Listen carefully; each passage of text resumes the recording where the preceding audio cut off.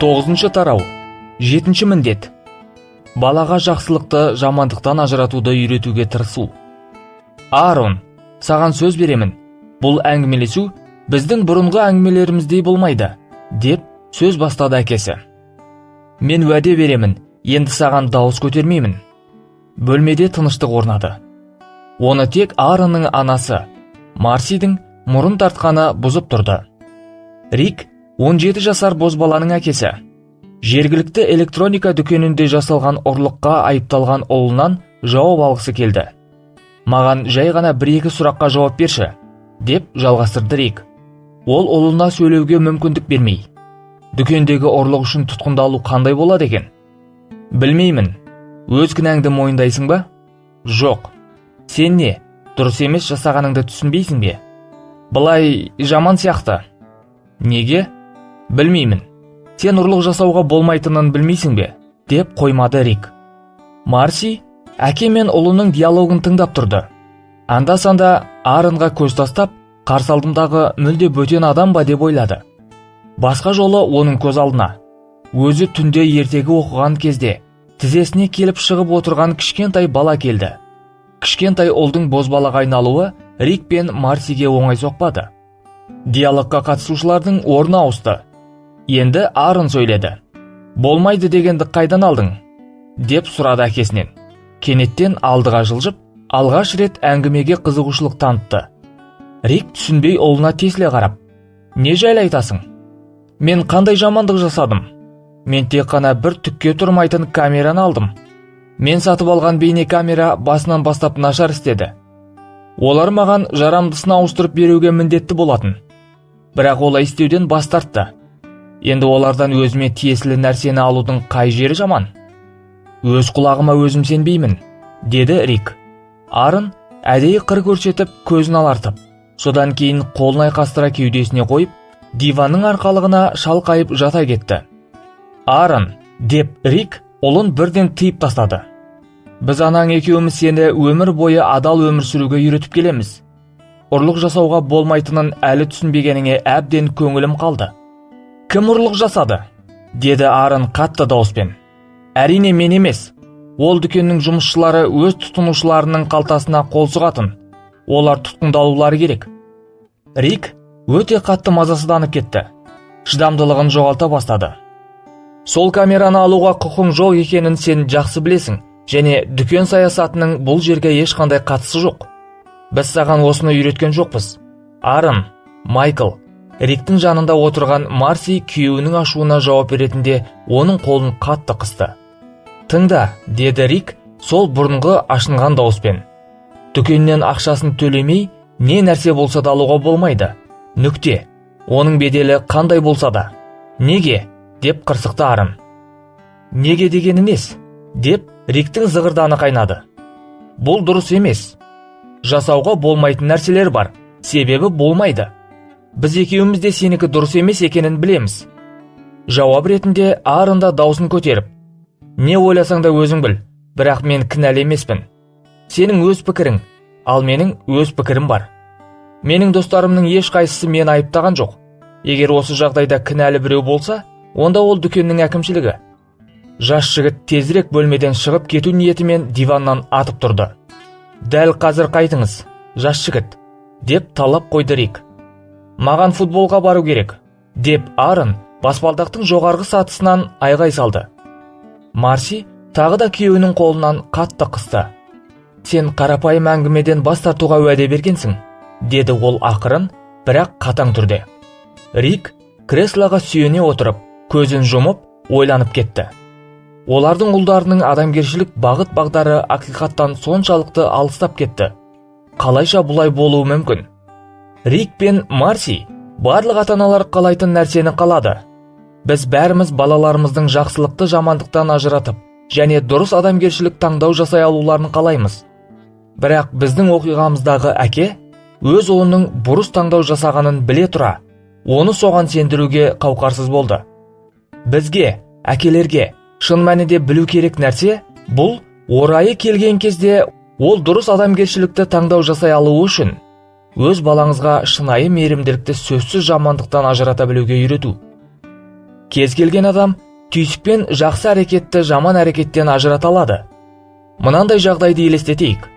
Мектептің киім шешетін бөлмесінен Аарон өзінің аяқ киімінің ұрланғанын көреді. Ол өзін жәбірленген сезіне ме? Әрине. Ол қайсы әрекет жақсы, қайсы әрекет жаман деген пікірге қатысты ұрының құқығы жайлы өз пікірін талқылайды деп ойлайсыз ба? Күмәнім бар. Ол әділдіктің әділ сезіміне жүгінеді, және ол мұнда жәбірленушінің кім екеніне қатысты күмәнданбайды. Сонымен бірге, әрине, оның ойы бойынша ол ғана емес, барлық адамдар мойынсынуға міндетті адамгершілік заңына жүгінеді.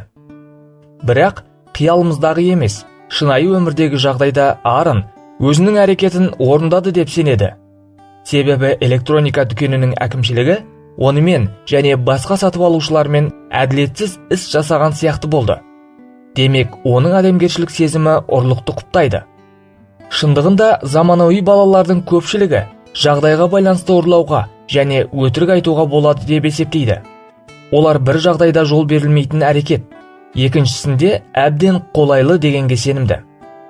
Сонымен, егер балалар адамгершілік заң жағдайға қатысты өзгереді деп ойлайтын ересек адамдармен қоршалса, онда балаларға жақсылықты жамандықтан ажыратуды қалай үйрете аламыз? Ақиқатты анықтаудың екі тәсілі. Заманауи қоғамда ненің жақсы, ненің жаман екенін анықтауға арналған екі түрлі тәсіл бар. Әр тәсіл біздің дүниетанымымызға әсер етеді, және олардың әрқайсысы түбегейлі әр түрлі көзқарасты білдіреді. Бірінші тәсіл. Ненің жақсылық, ненің жамандық екенін барлығы тек Құдай шеше алады, және оның анықтамасы өте әділ. Өмірдің барлық жағдайларын қамтиды. Екінші тәсіл. Ненің жақсылық, ненің жамандық екенін әркім өзі шешеді, және бұл анықтама өзінің пікірі мен жағдайы бойынша. Бірінші тәсілде ең басты адам емес, Құдай негізгі тұлға екенін, адам емес, Құдай барлық жаратылыстың көзі және бүкіл ғаламның тәңірі екенін мойындайды. Ол ақиқаттың қайнар көзі, жаратушы және барлық жаман мен жақсының соты. Екінші тәсілде адамды бірінші орынға қояды. Оны адамгершілік заңының өлшемі екенін мойындай отырып, бұл тәсіл жеке адамға қатысты, яғни өз пікірінің болуы және адамның жеке жағдайына байланысты, яғни жағдаятты. Басқаша айтқанда, әр адам ненің ақиқат екендігі туралы өз бетінше пікір айтуға құқылымын деп есептейді. Осыны басшылыққа ала отырып, ненің жақсы, ненің жаман екенін анықтайды. Тіпті мәсіхші отбасылардағы басым көпшілік балалар екінші тәсілді басшылыққа алады. Егер сіздің балаңыз жасөспірім шаққа жетсе, ол бәлкім өз пікірі мен жағдаятты көзқарасты ұстанар, немесе бұл тәсіл оған біршама әсерін тигізіп те үлгерген болар. Балаларды бірінші тәсілдің жақтаушыларына сенімді ету үшін, біз шын мәнінде не нәрсе жақсы іс-әрекеттерді жақсы, ал жаманды жаман ететінін анықтауға көмектесуіміз керек. Ол үшін олардың нәзік санасына жақсы мен жаман мінез құлықтың үлгісі жайлы, Құдай орнатқан шынайы үлгі жайлы ойларын қалыптастыру керек. Шынайы стандартты қалыптастыру. Париждің маңында, Север қаласында халықаралық өлшем мен салмақтар бюросының штаб пәтері орналасқан. Өлшеу бірліктерін стандарттау ұйымдары. Басқаша айтқанда, бұл бюро бүкіл әлем бойынша материалдық өлшеу стандартын орнатады, және осы сенімді стандартты сақтайды. Жақсы мен жаманның мүмкіндігінше нақты параметрлерінің анықтамасын алуды қалай отырып, мен Северде сақталынатын стандартқа жүгінуші едім. Егер өз сызғышымның миллиметрлік бөлігінің дәлдігіне көз жеткізгім келсе, ол үшін оларды осы бюроның стандарттарымен салыстырар едім. Немесе, егер маған шынымен менің тоңазытқышымдағы диеталық Кока-Коланың бір бөтелкесінде 2 литр сұйықтықтың бар жоғын білу керек болса, мен оның мөлшерін халықаралық өлшем мен салмақтар бюросының мәліметтерімен салыстырар едім. Сіздің өтінішіңіз бойынша, жаңа ғана мен кескен ағаштың ұзындығы туралы екеуміздің арамызда дау басталып кетті деп елестетейік. Кесілген ағашты өлшеп, мен оның ұзындығы 1 метр екенін білдім. Ал сіз өзіңіздің өлшеуіңізді қолданып, оның ұзындығы 1 метрден аз дедіңіз. Қайсымыз дұрыс айттық? Оны қалай білуге болады? Біз Францияда сақталған стандартқа жүгінуімізге болады. әрқайсымыз жасаған өлшемнің нақтылығын анықтау үшін біз оларды жалпыға бірдей белгіленген стандартпен салыстыруға тиіспіз.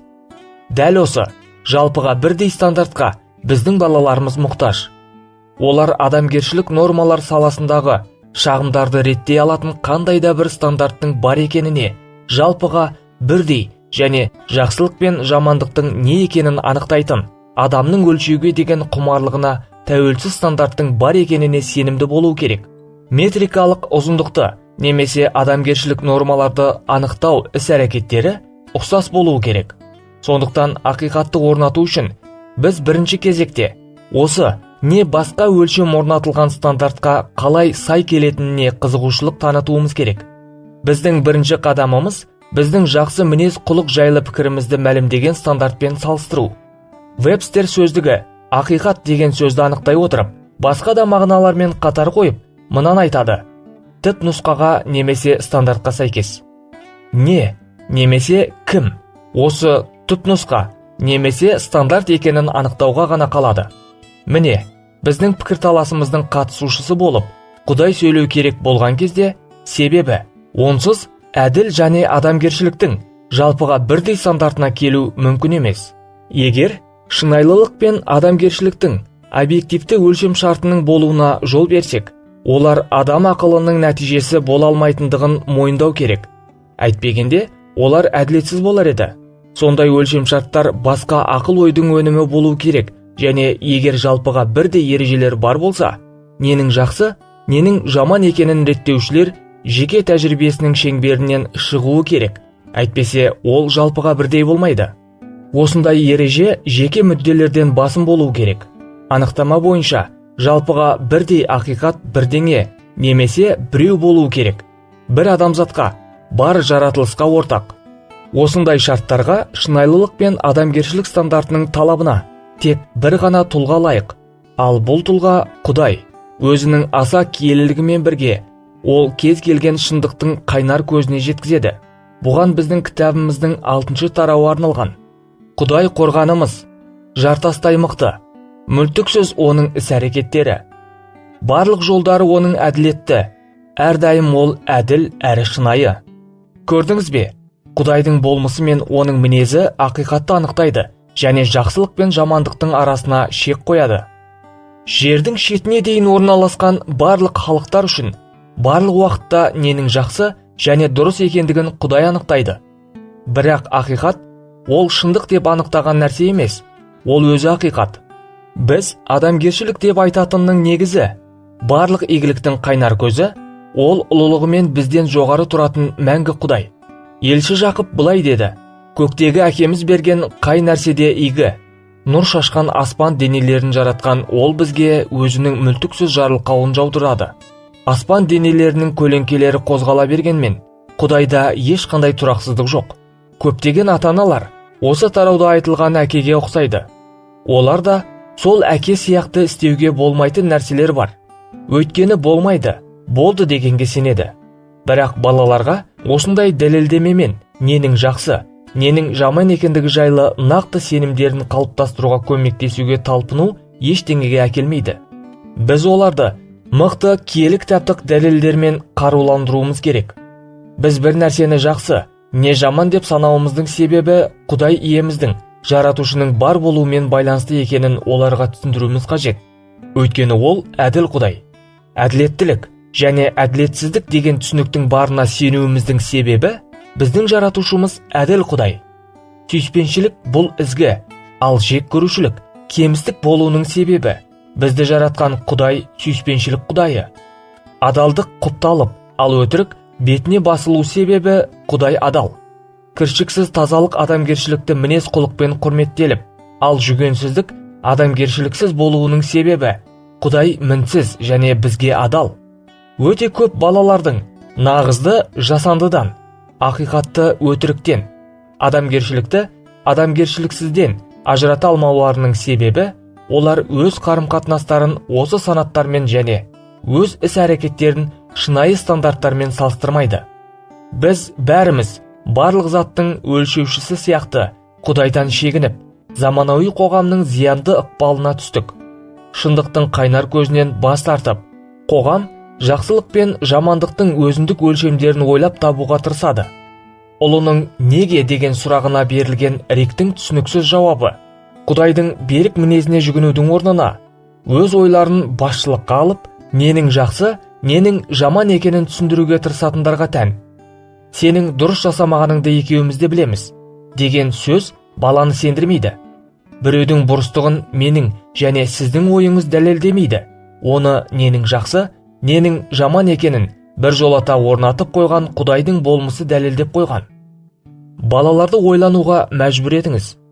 Уақытында мен жасөспірім балаларымды күрделі сұрақтарға ойлануға және қорытынды жасай алуға үйрету үшін олармен әртүрлі пікірталас өткізуді ережеге айналдырдым. Сапардан соң үйге келген кезде мен балаларды жиі жақын мейрамханалардың біріне таңғы ас ішуге шақыратынмын.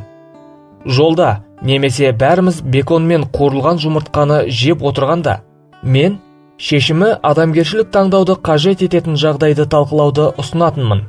Мен ұсынған жағдайды талқылай отырып, біз балалармен қандай іс-әрекет Құдайдың мінезіне және Құдайдың заңына қарама-қайшы екенін анықтауға тырыстық. Осындай пікірталастың идеясы жағдайды әртүрлі қырынан қарап, адамгершілік таңдаудың осындай болуы Құдайдың арқасында деген қорытындыға келу. Ең алдымен біз талқыланып отырған жағдайға Құдайдың қандай заңын немесе қандай өсиетін қолдануды анықтап алуымыз керек. Бірақ біз үшін ең бастысы Құдайдың табиғатымен белгіленген осы заң қайдан туындады және ол Құдайдың сүйіспеншілігі мен біздің игілігімізді қамқорлауды қалай көрсететінін түсіну болды. Менің мақсатым балаларға жалпыға бірдей ақиқатқа, жердің шетіне дейін орналасқан барлық халықтар үшін барлық уақытта жақсы мен дұрысқа әділ баға беру үшін қандай әділетті заңдарды ұстанатынымызды ғана емес, қайта қандай керемет Құдайға қызмет ететінімізді көрсету болды. Бір рет мен 13 жасар қызым мен 17 жасар ұлымды құрбысымен 1993 жылы түсірілген Стивен Спилбергтің «Шиндлердің тізімі» деген фильмге алып бардым. Сол уақытта барлығы тек осы жайлы ғана айтып жүргендей болатын. Көрініс 7 Оскар ұтып алды. Соның ішінде таңдаулы фильм мен таңдаулы қойылым үшін. Фильм нацистік Холокост уақытында 1200 поляк, еврей басқындарының өмірін құтқарған неміс бизнесмені Оскар Шиндлер жайлы болатын. Біз кинотеатр залынан жүздері мұңайған және мазасыз көрінген адамдармен бірге шықтық. Олардың көпшілігі еврейлерге қарсы жасалған нацистердің зұлымдықтары жайлы пікір алмасып келе жатты. Мен ұлыма қарадым. Шон, сен Холокостты адамгершіліксіз құбылыс және абсолютті жауыздық деп есептейсің бе? Деп сұрадым мен. Ол ойланбастан, иә деп жауап берді. Келесі қалашыққа барып түстену үшін көлікке отырған кезде мен өз сұрағымды қайталадым. Кинотеатрдан шыққандардың барлығы дерлік Холокостты абсолютті жауыздық деп атады, дедім мен. Бірақ көрермендер нені негізге ала отырып осындай қорытындыға келді? Олар неліктен Холокост жауыздық дейді? Олар оны түсіндіре ала ма? Пайымдауды жалғастыра отырып, жасөспірімдердің басындағы айналған дөңгелекті байқамай қала алмадым. Американдықтардың көбі адамгершілік, әдептіліктің синонимі деген пікірді ұстанады. Басқаша айтқанда, олар қоғамға қолайлы кез келген мінез-құлық, адамгершілікті болып табылады және егер бір нәрсе көпшіліктің ойынша дұрыс деп қабылданса, онда ол жақсы дегенді білдіреді дегенге сенеді. Көп кешікпей біз мейрамханаға да жеттік және түскі ас уақытында пікірталасымызды жалғастырдық. Неліктен көптеген американдықтар түсік жасауға болады деп есептейді? Себебі американдық азаматтардың басым көпшілігі, сонымен қатар Конгресс пен жоғарғы сотта оны қолайлы деп санайды. Егер көпшілік түсікті қалыпты жағдай деп есептесе, онда бәрі дұрыс қой, солай емес пе? Мәселенің бәрі осында, дедім мен. Егер көпшіліктің пікірі ақиқаттың өлшемі болса, онда Холокостта кезінде 6 миллион еврейге түсік түсірту бұл жаман дегенді біз қайдан алдық? Шындығында, дәл осы дәлелді нацистер Нюрнберг үдерісінде қорғаушы есебінде ұсынған. Олар мынаны дәлелдеді. Басқа мәдениеттің өкілдері, сол жылдары біздің қоғам қолайлы деп санаған әрекеттерге сай жасаған әрекетімізді айыптауға қандай құқыңыз бар?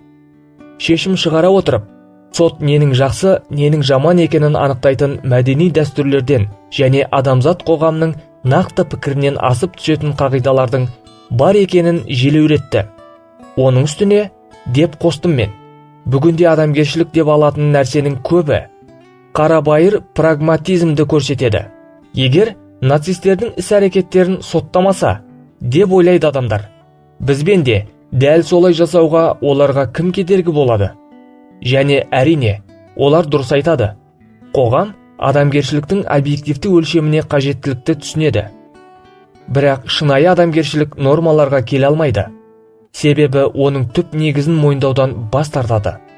2 сағаттық талқылаудан соң балаларға жаңалық ашатын уақыт келді деп шештім. Сендер бүгін көрген қасірет неліктен адамгершілікке жатпайтынын білесіңдер ме?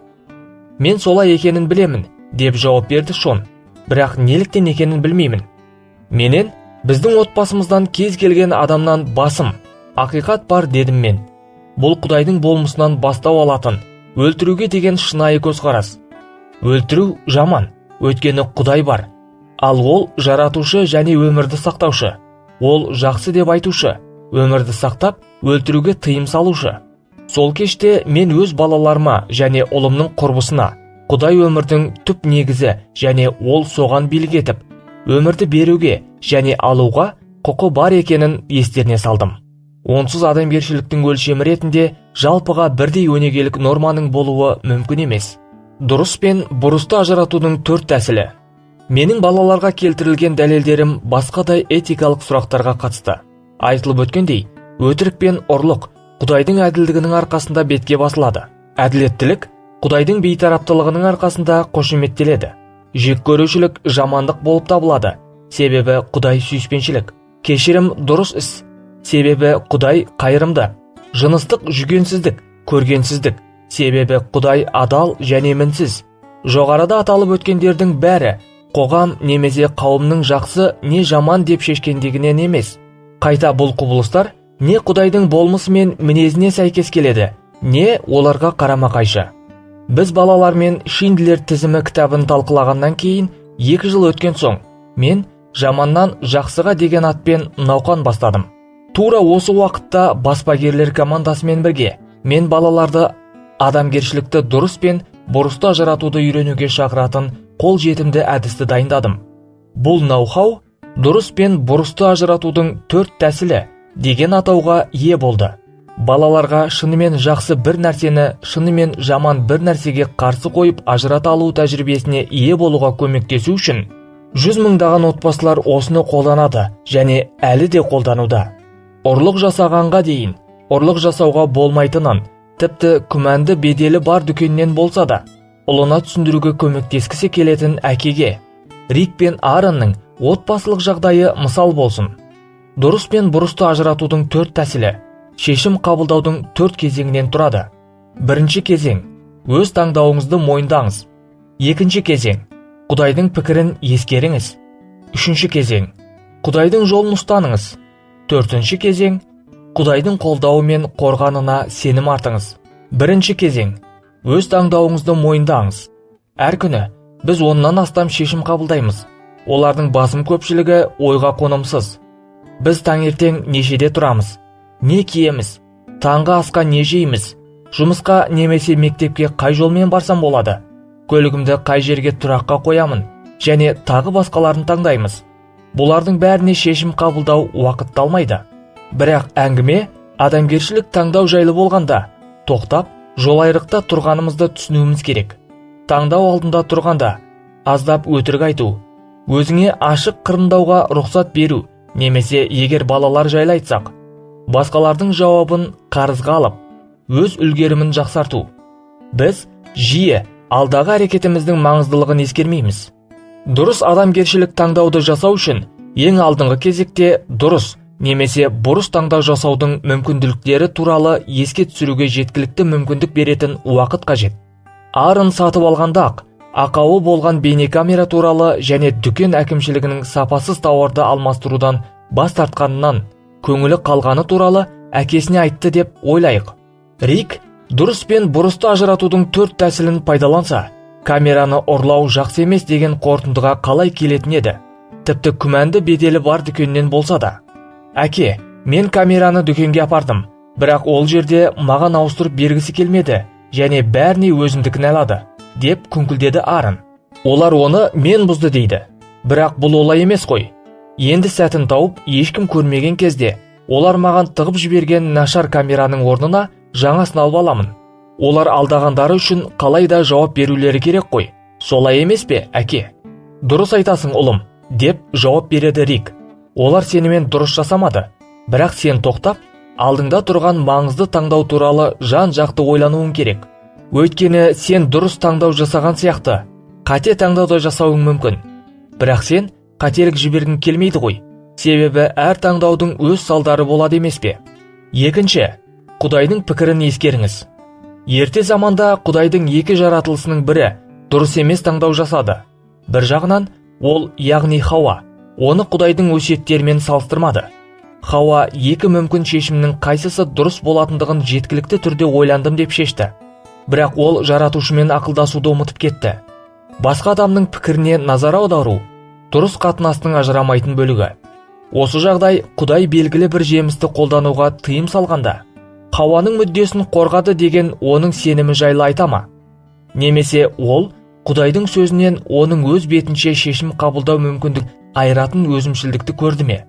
Хауаның жіберген қателігі ол өз уәждемесі мен әрекеттерін Құдайдың уәждемесімен салыстырмағанында, ол үшін өз таңдауын шынымен оның мүддесін қорғайтын Құдайдың өсиеттерімен салыстыру керек еді. Шындығында бұл үшін жалпыға бірдей дұрыстық пен әділдіктің стандарты етіп өзін емес, Құдайды мойындау керек еді. Біздің тәсілді қолдана отырып, Рик Ааронға былай деп айтса болар еді. Ұлым, осы әділетсіздікке ашулы екеніңді мен білемін. Дүкен қызметкері саған істемейтін камераны сатып, дұрыс жасамаған екен. Шын мәнінде сен алаяқтың құрбаны болдың. Иә, әке, деп Аарон әкесімен келісетін еді. Осы жолы сен өте дұрыс айтасың. Рик күлімсіреп, әрі қарай былай деп жалғастыратын еді. Біз былай айтсақ болады. Егер дүкен өзінің алдағанын мойындаудан бас тартса, біз оларға өз қателігін мойындауға және бізге тиесіліні алуға құқығымыз бар. Дұрыс па, ұлым? Дұрыс деп қуанатын еді Аарон. Сонымен бірге, бұл дүкенде сондай көп камера. Егер біз біреуін алсақ, олар тіпті байқамай да қалады. Бір қарағанда жаман емес сияқты, деп айтар еді Рик ұлына.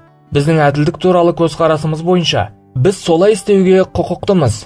Бірақ біздің Құдайға шын мәнінде нені әділ, ал нені әділ емес деп анықтайтын Құдайға бет бұруымыз керек болады. Осы сөздер арқылы Рик шындықты іздеп жүрген ұлын шынайы стандартқа бағыттайтын еді. Аарон өзіне қарыз болған біреуден бір нәрсені ұрлау әбден орынды деп санады. Бірақ осы сияқты ойлауға шешім қабылдау арқылы Құдайдың өзінің жаратылысымен беделін басшылыққа алып, ненің әділ, ненің әділетсіз екенін шешуге қақы бар тәуелсіз соттың билігін ол іс жүзінде тартып алды. Құдайдың сөзі бізді мынаған шақырады. Ұрлық жасама, өтірік айтпа, бір-біріңді алдамаңдар, басқа кісіге жәбір көрсетпе, оның мүлкін тонама. Құдайдың абыройды қорғау өсиеті Құдайдың мәнімен бұйырылған. Ал Құдай мінезінің мәні бұл ақиқат пен әділдік. Киелі жазба былай дейді: адамдардың барлығы бірдей өтірікші болса да, Құдай берген сөзінен таймайды. Құдайдың табиғатынан адал. Сол себепті де Құдайдың өтірік айтуы еш мүмкін емес. Демек, өз шешіміңді оның өсиеттерімен салыстыру арқылы біз оның тәуелсіз билігін мойындаймыз. Себебі ол кез келген адамгершілікті таңдауға байланысты ненің дұрыс еместігін анықтаушы. Егер біз Құдайдың табиғатымен санаса отырып, адамгершілік тұрғыдан шешім қабылдасақ, біздің таңдауымыз мөлдір айқындылыққа ие болады. Біз қарастырған мысалда тіпті абыройсыз электроника сатушыларынан зиян шексеңіз де, адал болып қалғаныңыз дұрыс. Үшінші, Құдайдың жолын ұстаныңыз. Құдайдың жолын ұстану іске қарағанда сөзбен айту оңайырақ. Өйткені оның артынан еру де біздің өміріміздегі ережелерді өзіміз емес, Құдай орнатады деген шындықты мойындау болып табылады. Қазіргі таңда дұрыс шешімді дербес қабылдау идеясы көпті қажет етеді. Өйткені бұл бізде билік бар деген қиялды тудырады. осындай дербестік Құдайдың табиғатымен сай келетініне, не келмейтініне қарамастан, көз қарастарымызды және іс-әрекеттерімізді ақтап алуға жол береді. Өз адамгершілік таңдауыңды өз бетіңше шешу мүмкіндігі тәуелсіздік пен шексіз мүмкіндіктің сезімін береді. Аарон, дүкеннен камераны ұрлап алмақ болғаның тек әділ жаза сияқты, деп жалғастырады Рик. Сенің шешімің Құдайдың әділдік стандартына қайшы келеді. Тіпті егер сен ешкім көрмесе де, өзіме тиесіліні алуға қақым бар деп санасаң да, бұл бәрібір алдау мен абыройсыз іс болып табылады. Олай болса, сен соттың, алқабидің және әділ сот шешушінің рөліне ұмтыласың. Ал Құдай, бұл менің міндеттерім дейді. Жазалау менің ісім. Тиісті жазаларын тартқызамын өзім. Құдай бізге кек алушы болма, басқаға реніш сақтама дейді. Бірақ әке, бәрібір бұл әділетсіздік, деп қарсы келеді Аарон. Иә, әділетсіздік, деп келіседі Рик. Бірақ өмірде әділетсіздік көп. Біз үкім шығаруды Құдайға тапсыруымыз керек. Мысалыға, Исамен әрине әділетсіздік болды. Бірақ киелі кітап айтады: Мәсіх өзіне тіл тигізгендерге жаман сөз қайырмады. Азап көрген кезде де оларды қорқытпады. Қайта, ол ісін әділ соттаушыға тапсырды. Оның үстіне деп қосты Рик: Сен маған сенімді бол. Құдай сенің әділдігіңді және сен электроника дүкенінің тағдырын нағыз иесіне шешуге мүмкіндік бергеніңді құрметтейді. Киелі кітап былай дейді: Тіпті әділдік үшін азап шегетін болсаңдар да, соларың арқылы жарылқанасыңдар. 4. Құдайдың қолдауына және қорғанына сенім артыңыз. Егер біз кішіпейілділік пен Құдайдың билігін мойындасақ және оған бағынуға дайын болсақ, онда біз жақсыны жаманнан қателіксіз ажыратып қана қоймай, сонымен бірге Құдайдың қолдауы мен қорғанына сенім арта аламыз. Бұл бізге қуанышты және тыныш өмір дайындалып қойылған дегенді білдірмейді. Іс жүзінде ештеңені жасырмай, иеміз әділдік үшін, бәлкім азап шегетінімізді бізге тура айтты. Бірақ осындай азаптар үшін бізді сый күтіп тұр. Құдайдың еркімен келісіп өмір сүру көптеген рухани жарылқауларды әкеледі. Кінәлау сезімінен азат болу, таза ар-ұждан және Құдайды қуантуға деген мүмкіндіктен рахат алу. Егер біз оның жолымен жүрсек, бізге басқа да көптеген жағымды сезімдер қол жетерлік. Сонымен бірге, физикалық, эмоциялық, рухани және әлеуметтік артықшылықтар. Әрине, Құдайдың қолдауы мен қорғаны Құдайға мойынсынудың негізгі уәждемесі болмау керек. Біздің мойынсынуымыз сүйіспеншілік пен сенімнің нәтижесі болу керек. Бірақ мойынсынудың тәжірибелік және рухани артықшылығы сөзсіз ненің жақсы, ненің жаман екенін таңдауға мықты ықпал береді. Рикте Ааронның Құдайдың әділдік стандартына сай болу, оған қолдау мен қорғаныс әкелетініне түсінуіне көмектесетін мүмкіндігі болды. Ең болмағанда 4 деңгейде. Себебі Құдайдың адалдық стандартына сәйкестігі қорғайды. Кінәлау сезімінен таза ар-ұжданымен рахаттануға мүмкіндік береді және Құдаймен үздіксіз қарым-қатынас. Ұялу сезімінен өтелген борышын түсінуден рахат алуға мүмкіндік береді. Алдаудың тізбегінен ар-ұятты адамның беделінен рахат алуға мүмкіндік береді. Бұзылған қарым-қатынастан өзара сенімнен рахат алуға мүмкіндік береді. Егер дұрыс таңдау жасауға мүмкіндік беретін бір құпия болса, онда бұл Құдай біздің мүддемізді әрдайым ойлайды деген терең сенімділік. Балаларды Құдай олар елестете алмайтын сүйіспеншілікпен сүйетініне сендіруге тырысыңыз. Олар осыған бар жүрегімен сенген кезде, олар адал, таза, айналасындағыларды сүю және құрметтеу, кішіпейілділік таныту, кешіру, өз-өзін ұстай алу және тағы басқалар үшін оның өсиеттерін сақтай алады. Мойынсыну ол жай ғана парыз немесе міндет емес. Ол Құдайдан келеді. Өзімді шын көңілмен сүйіп, түгелдей бағыштауларыңды талап еткен Құдаймын. Осы ақиқатты өмірлеріңіздің ажырамас бөлігі етіп, оны балаларыңыздың да сіңіруіне көмектесіңіз.